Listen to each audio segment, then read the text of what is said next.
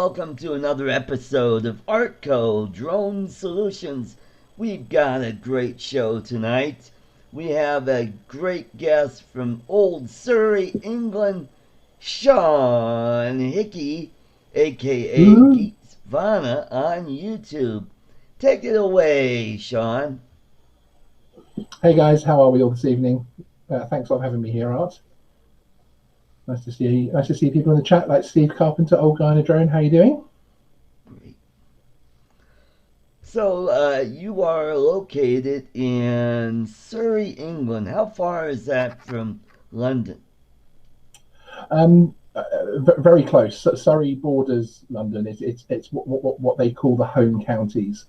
So you've got Surrey, London in the middle there, and literally dotted around it you have the home counties, and we're one of the southern ones. Right. But Surrey very much intertwined into London. So I'm sort of I would say 30-minute drive up the freeway to London. Awesome. On a good day. So you are a drone enthusiast and you're sort of a drone reporter. So how long have you been flying drones? Crikey, since I would say around 2014. Wow. So not a long time, but of course they're not too they haven't been around for an awful long time, but yes. Yeah. So what was your first drone that you flew? A Parrot Bebop 1. Wow. Okay. Although before that, toy ones and Right. a few sort of drones that really are toys for quite a while. But then the Bebop 1 was the first one that I would call an actual drone, which Right. required a controller to do properly and everything else like that. Now the controller, that was an all-in-one unit that you didn't need a phone to fly it. You had a little screen on there, if I'm correct. Yeah, the Sky Controller one was huge. I Right. still have it, and you did still need to put a tablet in the middle. Oh. But yeah, you didn't need a phone, but it would connect by Wi-Fi, etc. So it was a very big, bulky controller. When I upgraded to the Bebop 2, I actually stuck with it because I found them to be pretty good. Right. Very, very, very, very reliable controller, at least. And once you get used to holding a particular controller in a particular way, Right. it's. But then, of course, as soon as I flew a DJI, then it was things changed very quickly. Yeah. and now I like the smaller controller, and the Parrot and Affy, I've got that as well, which I really enjoy that controller. Actually, I really just the general feel of it. I also play a lot of computer games in my life, especially historically, and the Affy controller really feels like a gaming controller. Right. So yeah. Well, the only parrots that I've flown are the swing, and of course you know all about what happened to that swing. That was on your show talking about that. And then I have this little guy, which I will be giving away later in the show, a little parrot Mambo, and I really like it.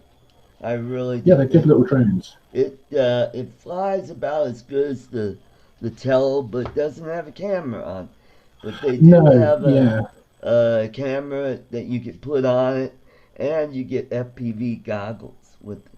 Yes, cool. Yes, I thought that was quite a novelty when they brought that out. I have a Mambo, and I also have. Did you ever see the Parrot hydrofoil, which is basically like a little boat, and the drone, the Mambo sits on top of it, and when you turn the Mambo on, it comes up in the air like this and pushes the boat along. Oh, cool! I think I was probably about one of the only people to buy it, and I have yet to take it in the water. It's been sat in my cupboard for a very long time. I've used the little Mambo that came with it, but the hydrofoil itself is sat in the cupboard because it's sort of I'm never sure if it's going to actually work.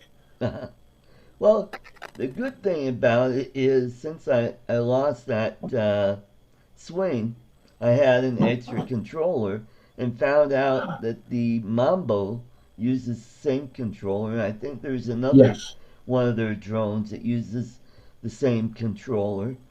And I thought, what the heck, I'll get the drone, and I'm getting close to 1,000 subs. Hey, this would be a neat little giveaway, and Very cool. so I don't know if you saw my video where I tested it outside, and it I flies hadn't seen great. all of it yet. I was just watching some of it before the show. Actually, yeah, Oh, great. it looked good. It's such a good little drone. The Yeah, Mambo is very good. I mean to be fair, the swing was good. Although I had a similar issue to yourself. Although I was at I'm a member of a flying club where we practice our drones, right. and I actually had my girlfriend running across the field after the swing when I was flying it because I had it go into airplane mode. And I took Right. it back out of airplane mode, and the breeze was just a little bit too strong, and it literally just started floating. So Yep. yes, I wish I videoed that with my girlfriend running across the field after a drone. But there we go. So, you've got DJI. So, what DJI drones do you own? I've just got the Mavic Air. The main two that I fly at the moment are the Mavic Air and the Parrot and Affy. Um, just they're really price range and for the tech they've got to my skill level, I'm happy with those two. Um, Right. the Anafi actually I've been really impressed by, I have to say.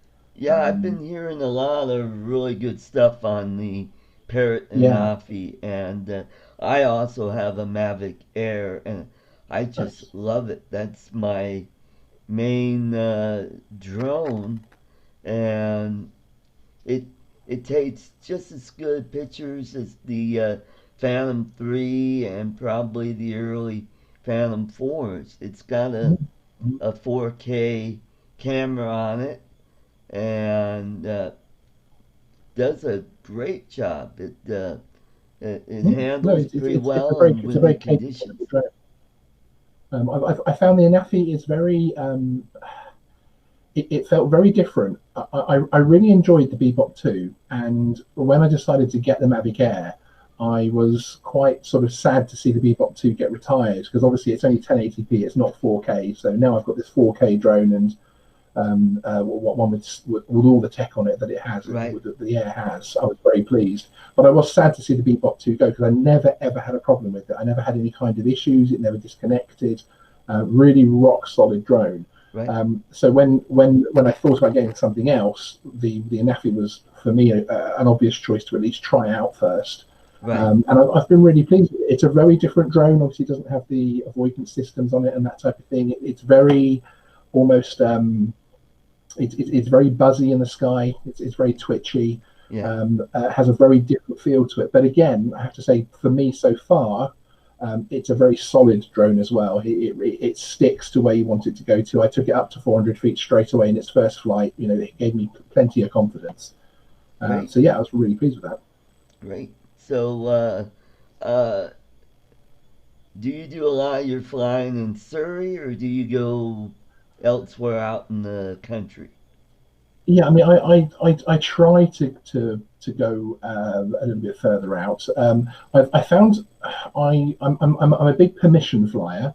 I only really like to fly in places where I've had explicit permission. So any of the flights that you see on the channel Right, are places that I'm in a lot of contact with the owners and that type of thing. And right, so those are dotted around certainly the southeast. But I've got some flights planned up in Yorkshire and a couple of others more towards the West Country in the coming weeks. But I'm actually just about to go for the UK equivalent of the Part 107, oh, wonderful, and that will open up a lot of opportunities because in this country you can't fly over congested areas, yeah, towns, and that type of thing right, unless you have the PFCO, and then again only under certain circumstances. right, So that's going to open up a lot of opportunities for more flights, which I'm okay, really looking forward to. I very rarely, I just seen Steve from Aerial Views and Histories UK in the chat. Hi, Steve. okay, I let very me rarely get up to his part of the woods. He's more to the north. I think he's Manchester. But that's an area of the country I want to explore more right. because there are some fascinating places up there to fly. All right, well, I'm going to say hi to folks in the chat. Steve Carpenter, welcome, welcome. And Aerial Views and Histories of UK, welcome. Bob Casey, Mike B, aka the Drone Ranger, And Mitch, old guy on the drone. Jody, drone shots. Welcome, welcome. Arizona drone dude, welcome. Steve Mack, Ron Levesque, welcome. All right, we got a good group today. Good, good, good, good. Indeed. So awesome, awesome. So were you a nerd in school? Were you the brainy kid, or? Hmm. Difficult one. Difficult one. I was kind of. I would probably describe myself as a conduit between the groups. I was a bit sporty. I was a bit geeky. I was a bit nerdy. I was a bit of a bad boy. I didn't really commit to any particular path, so I tended to have groups of friends across the genres, as it Right, were. Yeah, I hung out with a very diverse group of people. I right, was very fortunate to grow up in a very diverse area, right. so ethnicities and that type of thing, and so we had a very diverse group of friends. Hmm. And it was good. My sort of geek side of myself only really came to the fore more in my later life, in my sort of late 20s into my 30s, where I embraced it a little bit more. Uh Perhaps huh. perhaps was a little bit more confident to show my geeky side a little bit more. So Uh huh. Cool. Yeah, you know what I've been finding, with all the guests I've had on this show, that pretty much the drone community spans a wide spectrum of people, absolutely, and that's why I ask a question to find out if, hey, were you a geek? And I'm finding out that it, like I said, it's a wide variety of people that enjoy drone flying. I've always been interested in airplanes since I was a little kid. I mm. started off with inline control planes, did that for a So cool. while, uh, played around with race cars where I put uh, one of those gas powered engines like it would on, and watch them go Very around cool. and have fun with that. I wasn't into They take some the skill to control. Yeah, I wasn't into the RC because, well, it was pretty expensive back then. You had to have some pretty good money, and my folks weren't that well to do to Yeah, say, hey, here you go, son. Here's an RC boat or RC yeah. plane. But I love building balsa wood planes and models, and Oh, so very that cool. was Yeah, no, I was always a builder, certainly. I was definitely one of those kids that would take things apart yeah, to see how they worked inside. My right. my father was a mechanic, so again I would be taking cars apart with him all day, and he sort of would have me and my brother working on cars with him as the assistant, the free labor. Um, Yeah. so yeah, I've always enjoyed it myself as well, and I certainly always had a very strong affinity, especially with helicopters. Hmm. Although I had one major blight which stopped me really following that at all, which was that I'm not very good with heights. I'm a lot better now than I was then, but I would get vertigo at the top of a shopping mall. Oh, So obviously that kind of negates the the opportunity to go actually into the air myself. So of course drones are a perfect way for me to get that view right. that I miss out on them actually flying general aviation. Hmm.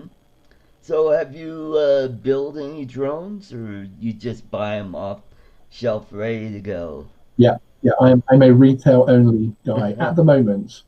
I'm impressed by the sheer number of what I would call photography droners who are embracing it. Uh-huh. Um, I think it's one of those things that I'm as I said before, I'm a member of a flying club, and that flying club was originally a helicopter model flying club, Right. which then allowed drones into that club. And I see these guys building their helicopters for either the stunt flying or for the model effect, the realism, and the money they put into these things. I've always thought that if I started building things, that I would perhaps end up putting more money into things than I particularly wanted to.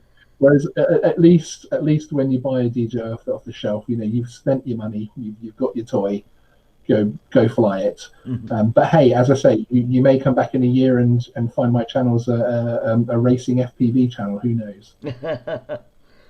Well, I'm always open. I like fixing things, so when I got my first DJI Phantom 3 Standard, I got it from the police auction website, and it was either missing the camera or the gimbal was broken. So I learned how to fix them, and then I would fix one, sell it, and buy another one, fix it, sell it, and very cool. And I learned how to, how they worked and how to fix them. Those are pretty easy to fix. It's just anything small like a Mavic Air or even just a Mavic, because the parts are so much smaller and you got a lot of ribbon cables that yes, you got to be really delicate with. Yeah, absolutely, yes, indeed. I mean, I think it's something that as I say, I think if I got into it, I would possibly get into it a little bit too much, if you know what I mean. So I think I'm safer staying on the retail side of things, but I'm very open to the possibilities in the future. It's I'm always impressed when I watch channels where people are buzzing around in these little FPVs that they've built themselves, and I think that must have a massive satisfaction level. That little thing that's doing all those stunts is something you have put together, and you've honed it to suit your flying style and things, and I think that's fantastic. Very clever. Like my friend who's watching now, Mitch from Old Guy in a Drone, watching him build his own FPV and getting that flying, and he dove into the new DJI digital unit that goes on it with the goggles and stuff, and he's really doing very well. I mean, even Ken Heron has gone into it, and he's really enjoying it. Yeah, I mean, Ken's FPV flying seems to, certainly by his recent videos, seems to really have come on in leaps and bounds. And I think we'll be seeing him, what do they call it, diving some buildings very, very soon. And there's another YouTuber that he frequents my channel, Jeff Sills of JAS. Oh, yes. He does a lot of repairs for those guys. He repaired two of Ken's P4s that crashed, and he repaired Chris Rollins' Mavic. Yes, got run over. Wasn't it? That's right. Oh, it got run over, did it? I never. Yeah, it crashed, and then it got run over. And he was able to repair that and got that flying. And I donated a kit that will take a Phantom 3 Advanced or Professional and turn it into a Mavic style drone. It's called a Favic. A Favic, yes. Yeah. And I've seen somebody who's talking about putting FPV into a Phantom 4 frame recently, which I think will be interesting. Yeah, I'm not quite sure. He's hoping to get it flying and doing the stunts and everything. He thinks it might freak a few people out in the park. But again, sounds expensive to me. Yeah. So what kind of editing software do you use for your drone videos? At the moment, I use Filmora. Yeah, that's what I use. Which I just find it simple. I think at some stage I may move forward. I've just upgraded to the Pro, which I have to say is a leap forward from 9. But it's one of those things where I know the software so well that although I know there are probably some things out there which will make my videos look even better, Right. I trust software, so I know how to make the videos with that software. And perhaps one day when I want to go through a learning curve, I might move to more towards Adobe or something. But Filmora also works very well on a lower end system. Although Yeah. I've got a decent system, but it's I know Adobe can be very greedy with system requirements, Yeah. etc.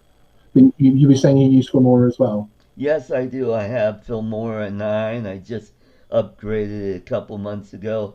And I Nice. have an i5 uh, Dell computer. And it works fine. It's just that, well, I've got Windows 10, and even with the 1 terabyte drive, it just gobbled up the whole drive. Wow. So I've got a Wow. couple external drives, and it just fills them up really quick with all the videos I've been doing. So I've got a secondary machine that is a Linux operating Oh, system. wow. So I'm That's going to cool. learn how to use OpenShot software, and but the problem is I also have Blender, which helps me do like animated titles, Okay, nice. and I'm Yeah. having a problem getting the two software to Okay. mesh together. Yes. Yes. No, Hmm. I can understand that. I've used some of the graphic stuff. I've in Filmora, but again, I've tried, especially with the type of videos I do, I've tried to keep it fairly simple, Right. rather than too much going on. So again, that helps that they're simple edited videos. It helps Hmm. that it's certainly well within the wheelhouse of Filmora. So Right. it's been good so far. Hmm. So how long has your YouTube channel been going?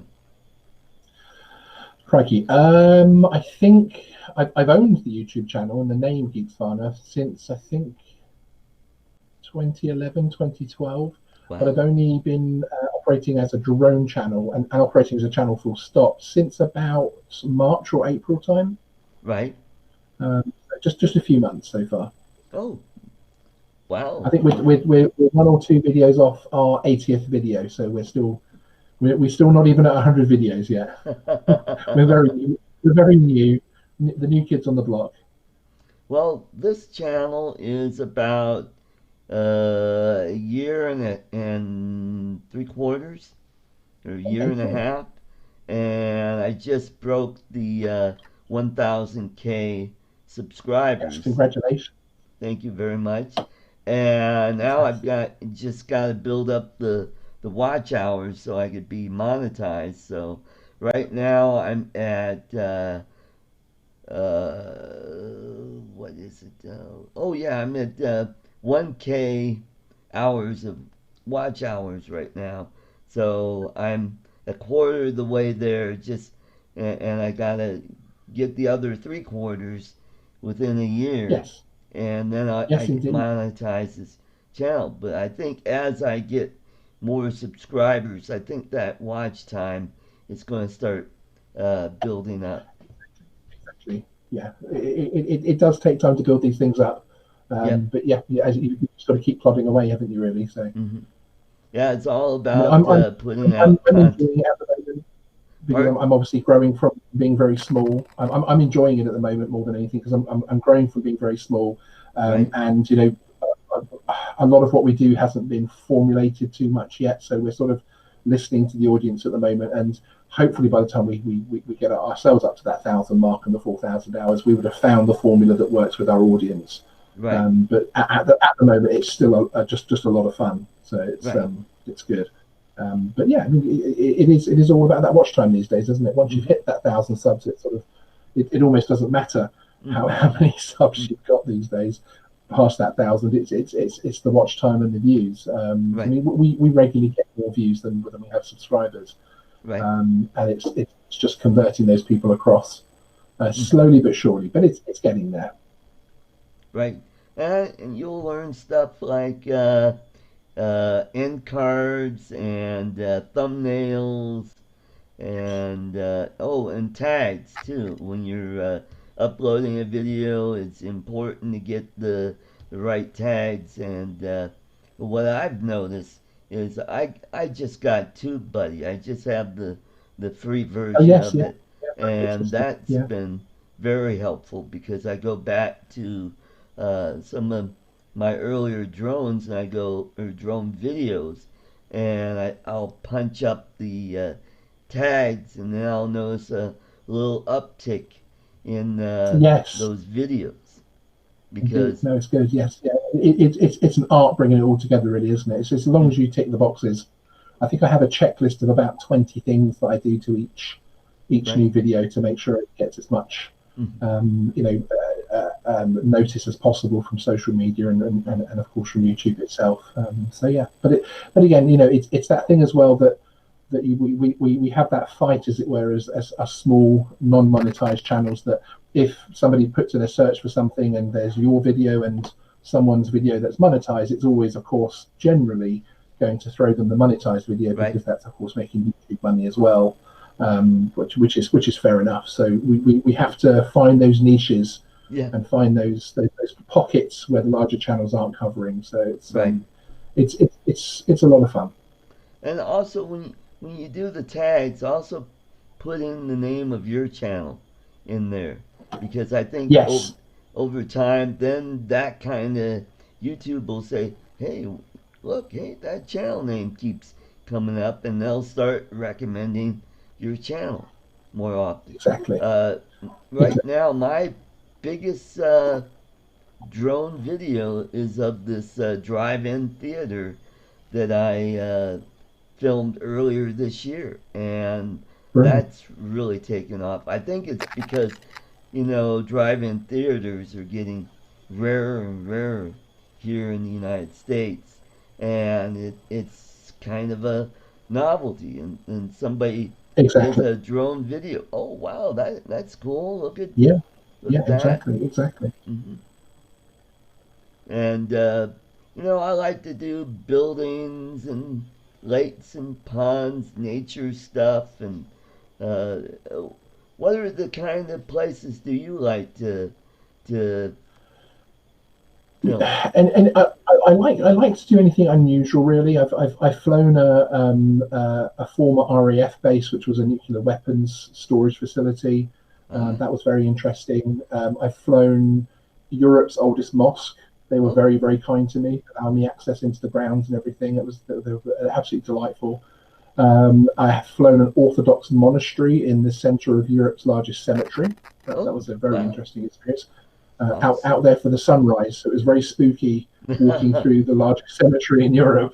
Wow, that is Yes, I very interesting. was thinking, Uh, is this a horror movie? Have I walked into something? yeah. And also, I've flown a Buddhist temple and that sort of thing. I seem to have gone to a few of the religious buildings, not for any personal reason, but more Right. just because they're interesting buildings, basically. So, Well, over there in Europe, especially in England, you got all those castles over there. Those yes, would be castles and Roman viaducts would be. yes. Well, and in actual fact, I tend to find some of the YouTubers that I enjoy watching over in Ireland, just over the water, tend to have a bit more success because they have a lot more abandoned castles. Whereas in this Right, country, there's still a bit of a tug of war because we have two very large organisations that look after a lot of the old castles, and they are very anti-drone. oh boy, And so it becomes difficult to fly there. You can fly there. They say you can't fly over and this type of thing, but of course they don't own the airspace. But it's that old argument basically. right. Um, but there is actually rumours that one of them, one of the larger ones, are actually hopefully going to be opening their sites up to drones, because I think they've actually seen that there's a potential there Right. for increasing visitor numbers, of course. So I just need to cough. I'm just going to mute for 1 second. Well, Right, sorry. you told me you had an issue with your voice, and you're sounding pretty darn good today, Yes, which is it's which doing is. okay, isn't it? But what about Stonehenge? Can you fly at Stonehenge? Well, yes and no. That is controlled by one of the large groups that I was talking about, Oh, the large organisations. However, a fairly large British YouTuber. Have you heard of Ian from London? He's a pretty good drone YouTuber who's British. He's very straight to the point. Does a lot of tutorials. Oh, And in fact, he's been cited as expert on the news over here quite a lot. He's been on a few different BBC programs to talk about drones. So he does know his stuff. He's a very good guy. He has flown Stonehenge, and he actually did a video on how to fly Stonehenge and how to do it legally. So it is on my bucket list. It is definitely on my bucket list. But it's just one of those ones where, you know, I don't like to be too controversial. As I was saying at the beginning, I'm more of a permission flyer. right. So I like to find out who owns the land. Do you mind me flying there? That type of thing. Perhaps I'll get a bit braver once I'm qualified.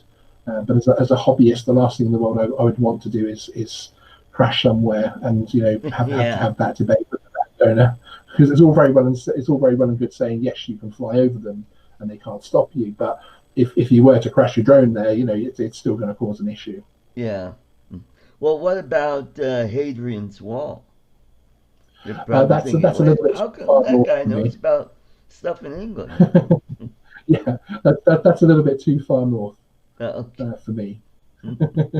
Well, I mean, there's a lot of stuff in Scotland. You got the Highlands there. You could Oh fly yeah, there. yes. I mean, we've got. I know a couple of people who have actually been on droning holidays up to Scotland, and some of the footage they've come back with is just incredible, absolutely stunning. And again, similar to Ireland, you start to get a lot more of the abandoned stuff, Right. older stuff. So if you're willing to go hiking, you're willing to go and, you know, get to these remote places, Mm-hmm. you can get some absolutely stunning photography. I actually have a one trip planned where I'm going to be going over the channel across into France and driving along and droning at the Normandy beaches, Oh, and then going up into Belgium and back and doing a oh, few flights, nice. and going to attempt to film that as a bit of a vlog, sort of, you know, the journey as well, etc., and that type of thing. Mm-hmm. So there's a few things like that coming up, but I certainly want to increase the number of flights on my channel. Well, what about some of the distilleries up there in Scotland?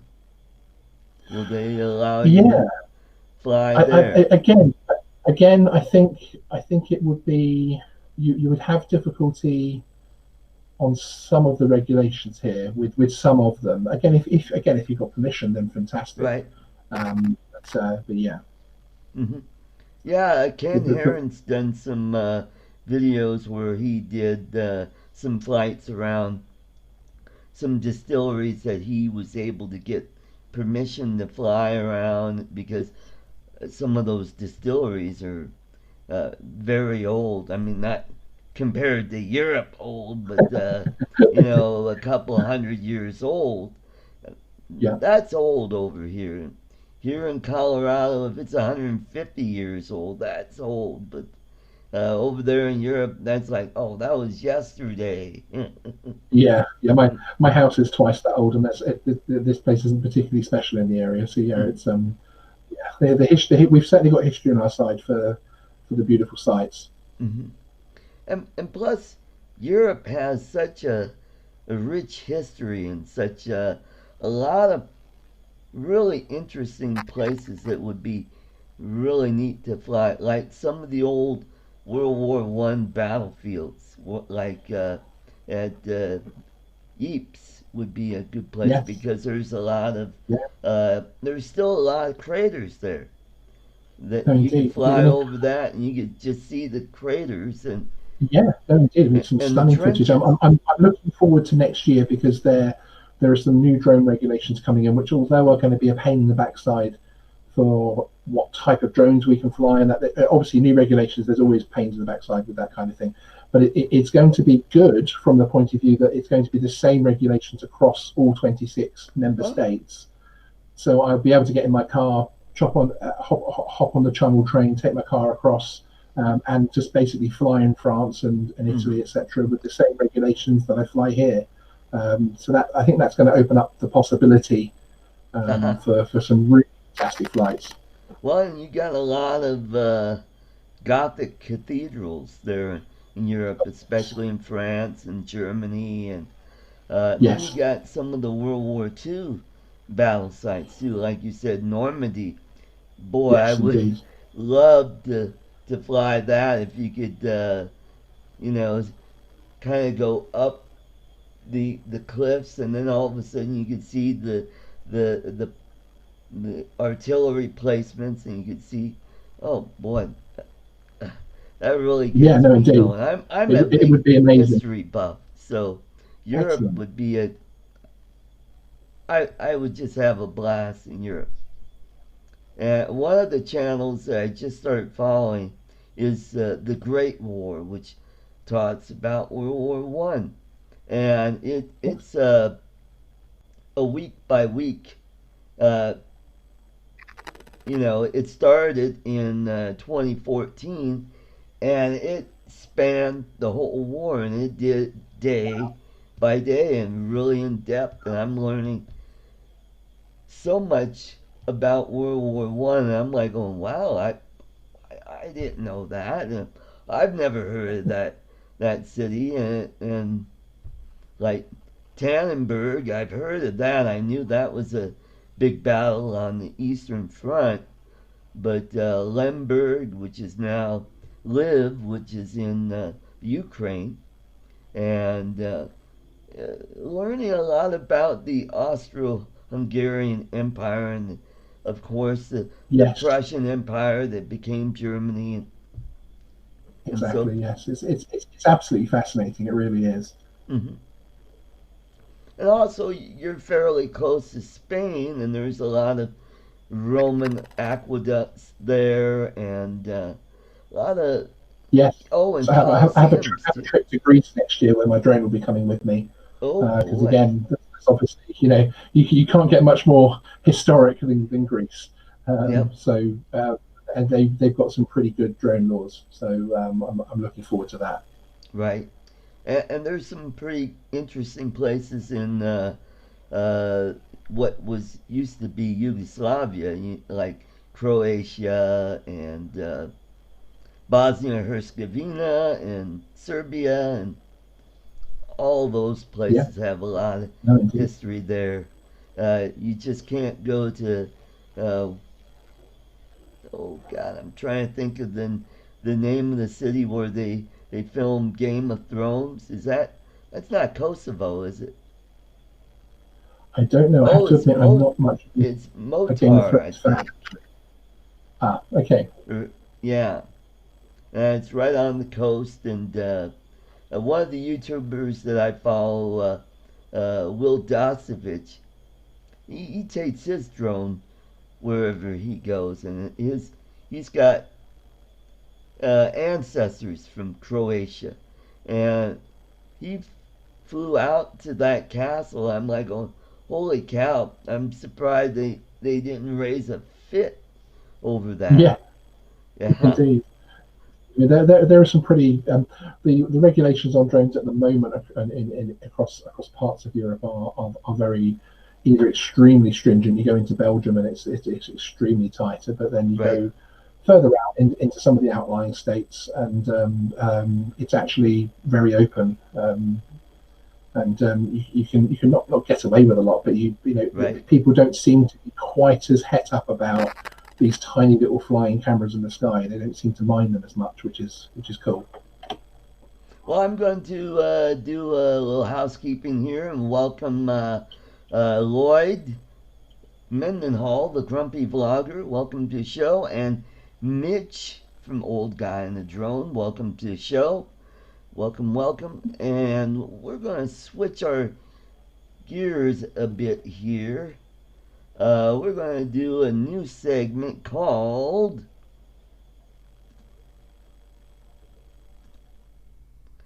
How Do You Say It? And let's see, hopefully I've got to where you can hear my audio. I got so many things going on. Anyway, I'm going to show you some words, and we will see how do you pronounce them. All right. How do you say those 3 words? Oops. Now I gotta bring you back up, and here we go. Okay, hold on, Sean. All right. Now that you've seen those 3 words, how do you say those 3 words? I can't remember the last two, but the first one I think was Genesee. Ah, you got that correct because that's actually where you did a report on Yes, some people that were arrested for flying their drone in that's Flint, right. Michigan, Yes. which is in Genesee County. And that was the county that Greg Coonert couldn't say right. Ah, And I had fantastic. to correct him on that. I said, Genesee.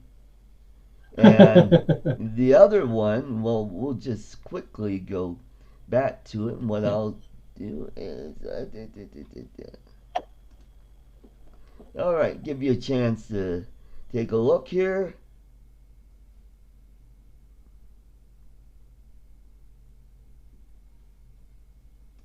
All Um, right, so I've taken a photo of them as well. Okay.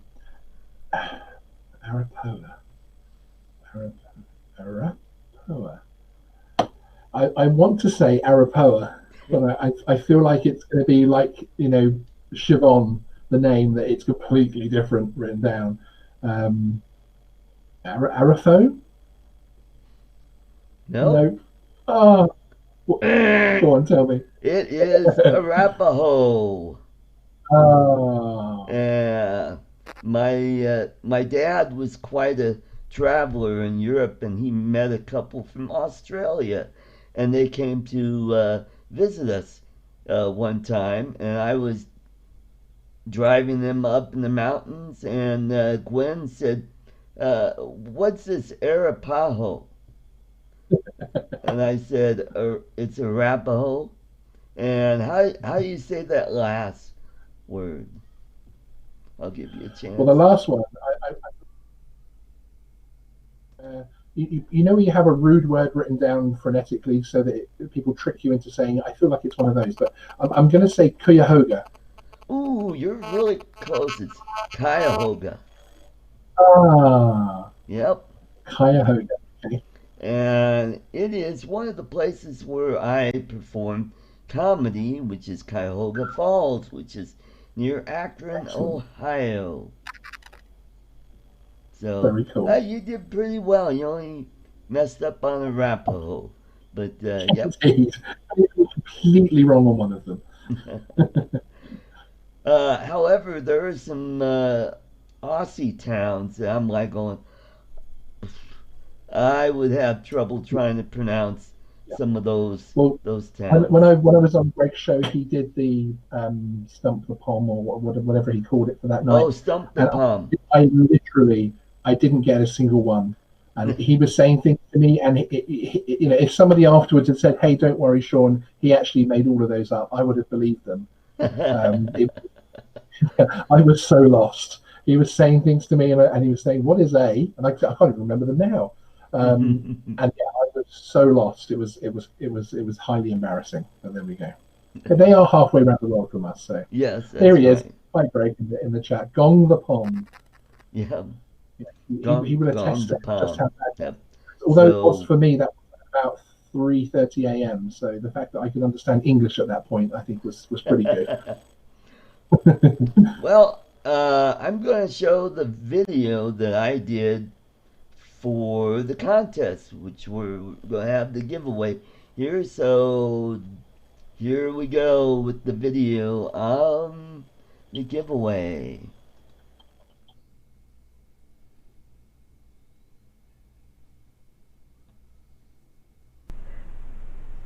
Welcome to ArtCo Drone Solutions.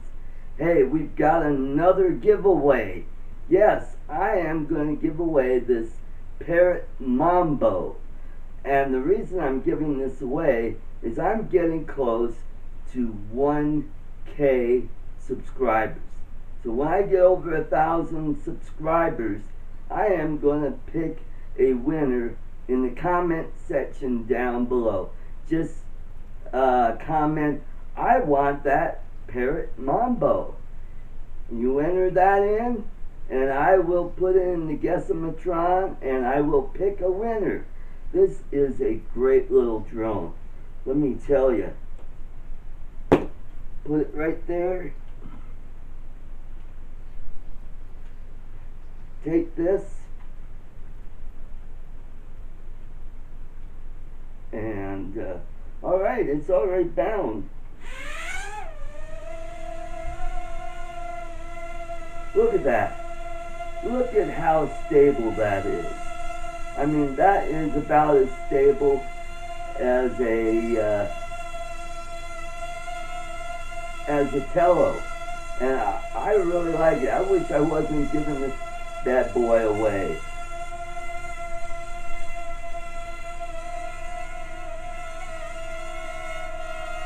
Oh boy. Whoever wins this is going to be really lucky. So don't forget, enter in the comments below, I want that Parrot Mambo. And good luck. We'll see you at the next show when I hit 1K. See ya. Alright, so that was a cool little video that I did of the little drone that we're going to be giving away in moments. Here it is, the little Parrot Mambo. Yeah, so, and it also comes with the little phone holder that goes on the controller. So you'll be getting that, and so let's go ahead, and I haven't figured out how to do the whole screenshot thing with vMix, so you're gonna have to trust me, folks. I'm gonna hit the Guessimatron on YouTube, and and I want to welcome Greg Osby Drone is here, and Carlos back from the sky. All right, Nemo is here. Cool. Patron Pirate with SwiftFox FPV. Welcome, welcome. All right, folks. I've got the YouTube random comment picker, and it is all ready to go. I've got the URL already put in, and I've got the text that it's going to look for. I want that Parrot Mambo. Let's hit that, and I've got 38 commenters. Okay, so ooh, here we go. Drum roll. Alright, here we go. Start.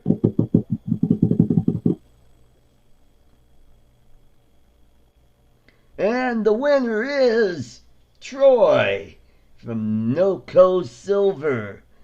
Congratulations, Troy. You are the winner of the Parrot Mambo. Awesome, awesome. Cool. Well done, Troy. Yeah, that's cool. So I'll have to get a hold of him, and he's going to love that drone. Oh, here, I'm going to have to... There we go. Get rid of that annoying audio. I don't know if you heard that, but so there we go. We got a winner. So also, if you want to help me out, boost up my watch time, go to my playlist and hit auto, and you don't even have to be watching it. If you're working, just turn on your computer and let it play, especially the live streams, so you can let it run all day, and you'll be really helping me out on the watch hours. I've got like 3 playlists. I've got my drone playlist, I have my live stream, and then I have my product review playlist, which is not very big, but it's getting bigger and bigger. Also, if you want to help me out, I do have on my page I have what's called a tip jar, where you could throw a few bucks in there and give me a little bit of money, and then I could upgrade my studio, or I could buy some more drones that I could do some reviews on. So I also have a Teespring uh, I have t-shirts, mugs, uh, stickers, and all kinds of neat stuff. So that's my merch right there. And also, hey, let's help out Jim Crennan too. And let's see if I can do this without.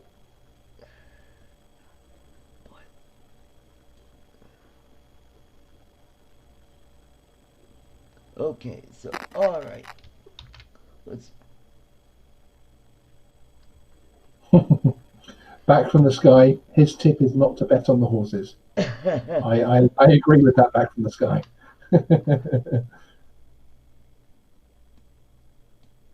I'm just having a heck of a time trying to.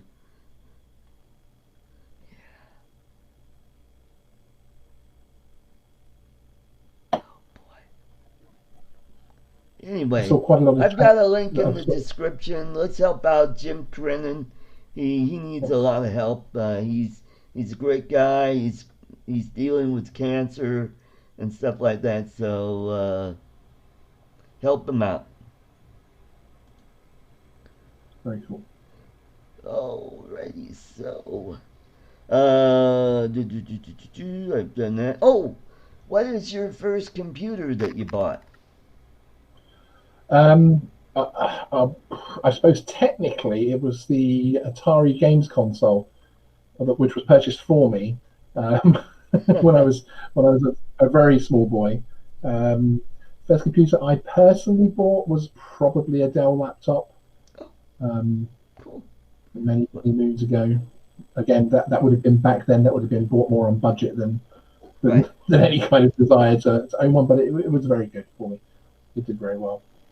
Well, my first PC was a Sinclair 1000, which was a little tiny little computer about the size of a paperback book, and it had like a touch membrane keyboard with I think 64K of memory.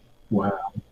Is that the same Sinclair from the Sinclair C5 with the little tiny one-person car that he built? Yeah. Yeah, they sold them in Europe under a different. Here in the States, it was Timex Sinclair, and I think over in Europe it was Sinclair. Yeah, that's right. Yes, I think they had what was it, the Z100 or something like that. ZX, and then numbers after it. Yes, that's it. Yeah, that's another. We say Z, you guys say Z. Indeed, there's a few differences. It's Z and Z and yes and that type of thing. It can throw people sometimes. Mm-hmm. Going back to the channel about World War One, one thing I found interesting is some of the French towns. You English people would just kind of butcher the names of them, like you call it yeeps or ips, you called it wipers. Because, because phonetically it's a Y, so it's wipers. Yeah, and I think you have to remember that back then as well, in 1914, 1918, it was, extremely rare to be anywhere, outside of your county, let alone, in a foreign country. Right. So it would have been extremely, it was probably quite, quite scary as well. I would have thought, to be so out of your comfort zone, and literally every sign is in a complete different language. But yes, we do phonetically put it out there. Well, I mean, even us Americans have problems with pronunciation of French towns. Like there is a town near the Mediterranean that, well, we like to call Nice, but I know it's Nice. Yes, indeed. Absolutely, that's a common one. But of course, one of the big ones in the drone community is the SOLDER word. Oh, How would you pronounce that? the S, the what? SOLDER. SOL E Yeah, what? D Delta Echo Romeo. DER. Okay, I'll have to. I'll type it in the chat here. Okay. So, soldier without the I. I don't want to say it because it will give away how I say it. Okay. So say that again. S for sugar, O for S. orange, L for Lima, D for Donald, Oh, wait, E wait, for wait, wait, Echo. wait. You're going a little fast. Oh, I sorry, got sir. SO. God, Uh, you L for Brits are. Lima. You're a pistol today, aren't you? Ching. SO Yeah, L for Lima, L D for Donald, D. E Oh, for Echo. E Yep, and then R. R. That's Well, it. we say solder, and you say solder. Yes. I've seen a lot of videos on this where people are debating the difference between them, and I have Right. to say the last one I watched, I was kind of being converted across to solder actually, rather than Mm-hmm. solder. So you Yeah, know, solder is. That's the guy that fights and marches. exactly right. No, that's soldier. But it's spelt that way too. It's Uh, very similar, exactly. yeah. And well, and then we have the thing about aluminum and aluminium, which Yes, actually both are correct. yes, that's right, Hmm. exactly. And And hey, okay, now however we want to say something is fine, I suppose. there's another word that you guys like to say a lot different than we do. Okay, it describes a reign of a royal family. It's called, and it starts with a D. A dynasty. We call it dynasty. Dynasty, yes. Yeah, because there's an A in there. I don't know how you get a dynasty in it. And if it's okay, there's a word where you're pushing against the norms. It's a and starts with a C. It's a con. uh, You are you're outside the norm. You're con. nope. Complete We mental say blank. controversy. You guys say, Controversy. well, I've heard it controversy.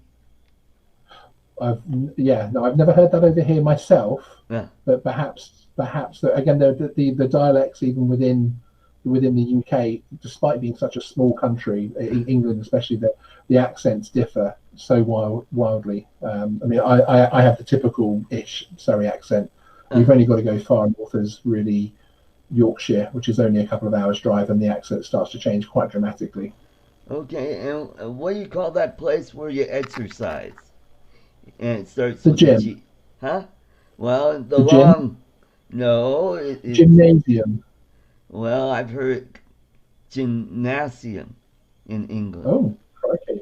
Again, that So it must be original or must be northern or dialectic something. thing, Yeah, and because there's exactly. another YouTube channel that I follow. The host is Simon Whistler. I don't know if Okay.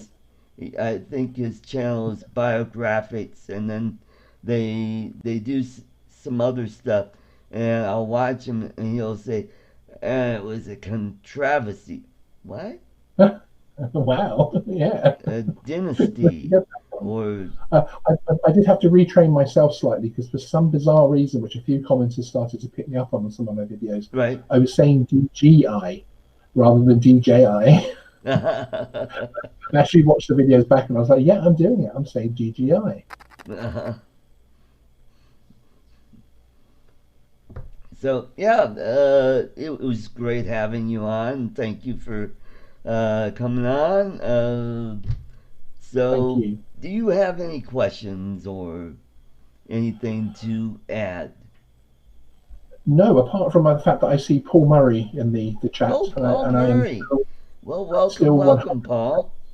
Oh, I'm actually actively in rehab, trying to get myself off of his ship video, which are just absolutely oh, fantastic. yeah, Paul knows all about my addiction to his ship right. videos, and he knows I'm trying to wean myself off them, but he keeps posting them. But what can I say? Oh, well, he's from where I went to. He's near where I went to high school. A couple weeks ago, I was my 40th high school reunion back Yes, I in saw your Michigan, updates on Facebook. It looks so much fun. and I had a blast. I don't know if you saw my video of the high school. Yeah. Yes, yeah, Mm-hmm. yeah. I saw your updates on Facebook as well, with your the pre-party and everything else. It looked like an awful lot of good fun. Mm-hmm. Mm-hmm. It was a blast. Had a wonderful time, and in 2 weeks I will be down in Austin, Texas for Spin Up. So I'm Uh, really looking forward to that. So that'll be my second time I'll be taking a drone with me on the plane. Which, uh, funny thing about it, going to Detroit, I had no issues. Just I, I put my backpack on the conveyor belt and zip. Coming back, I made the mistake of saying, "Oh, I have a drone in there," and so I had to open it up, and that kind of just uh, slowed have they things started? down. Have they got you guys over there with the regulations of putting stickers over the contacts and that type of thing yet? And You know doing what? these I things? have all my batteries in a lipo-safe bag, Excellent, so excellent. I Yeah, was yeah. good on that. That's exactly how I carried mine as well. But they've just started here. They're pretty good. They're open for you taking them, but they just ask for like little stickers over the contacts and a couple of Right. other things Mm. to make sure you have the battery stored in a separate bag, so that again you can't plug it in on the plane, I Yeah, suppose, you as bring well. it on the plane and don't put it in your luggage. It's going to be Yes, exactly, in exactly. yeah your Yeah, carry-on. great. Yeah. Hmm. Well, I'm looking forward to seeing some really good footage from Spin Up. Yeah, it'll be a lot of fun. Well, thank you again. You're my first guest from Europe. Woohoo! I've had one from Australia and one from the Philippines, Cool. and so this is a neat thing about having a YouTube channel that you could converse with people from all over the Exactly, world. So exactly. The wonderful technology. thanks again, and you have a pleasant week, and drink plenty of tea and honey for that throat, and Thank you. catch you next time. Bye bye. Cheers, Art. All right.